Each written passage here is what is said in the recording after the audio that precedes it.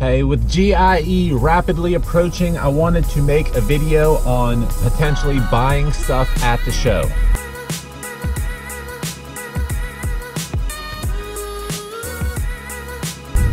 What is happening? I hope you are as excited as I am that GIE is finally almost back again for 2018. I can't wait to get down there and hop on and off the equipment and see all the new stuff and everything that you get with the show. But I have purchased a number of items at the show in the past, so I wanted to make a quick video on what I have learned about purchasing equipment or memberships or whatever at the show, because you can get some super good deals if you go ahead and make the purchase or commit to purchase at the show.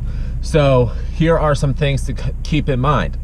A lot of these vendors will bring things to the show and they want to sell them at the show. They do not want to pack them up and take them back to wherever they're going, which could potentially be China, because the show is that big. And I literally bought a Zomax chainsaw from the Zomax booth for $80 cash. That's one of the tips.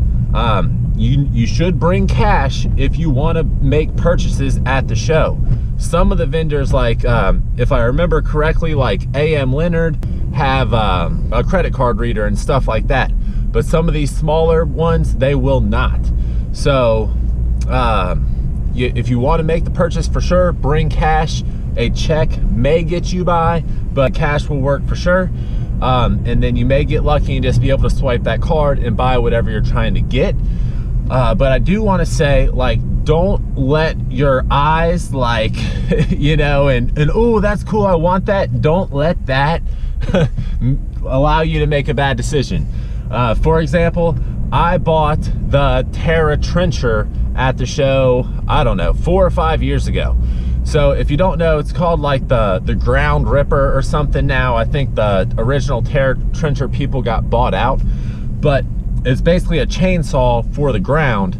And I thought it was so cool. The year that I bought it at the demo booth out in the demo area, they had literally carved the outline of the state of Texas into the ground, and it was probably 10 feet by 10 feet. Like, it was freaking slick.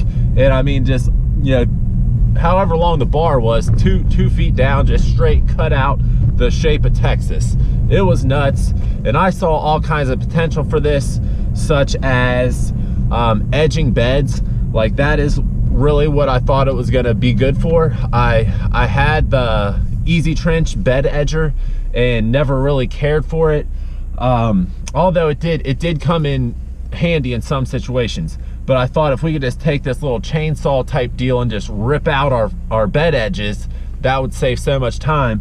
But then didn't really take into account how heavy that saw was and the cost of it. It was something like $3,000 before I got the saw shipped to me, plus the shipping, plus an extra chain for it.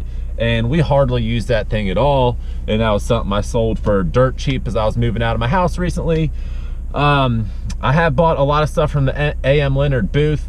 That orange like plexi shovel thing they have, the scoop shovel, that thing is awesome. So if you don't have a scoop shovel, get that orange plexi one at the show, because that is 100% worth it. I bought like a 3, 4, 5 triangle thing for really cheap from the show. It's like half off. So that's what I'm saying. You can get stuff really, really cheap.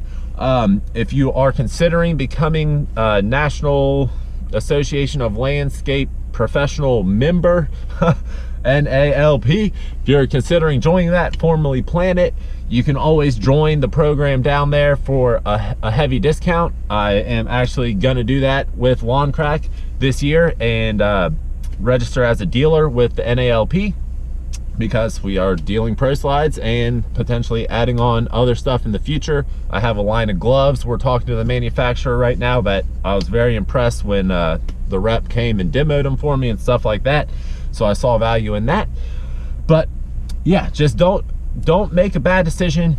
Always remember that you know how that like a bad CPA always be like, oh, you need to spend money at the end of the year, spend more money. Maybe you do, maybe that's a halfway decent suggestion in your situation, but a lot of times you're trading spending $1 to get like a nickel off in taxes, and it just really doesn't work out unless like the financials of your business make it work out. So just don't believe that old wise tale. Check with your CPA to see if you should actually be making year-end purchases to lower your tax liability. There's a good chance that you shouldn't be, and you should just be keeping your hard-earned money in your pocket. That's what I like to do with my money, and then I like to spend it on things that make me more money, like tools at the show, potentially this membership. For Long Crack, it could be just mind-blowing. So I'm very interested to see exactly what we get from the dealer membership with the NALP.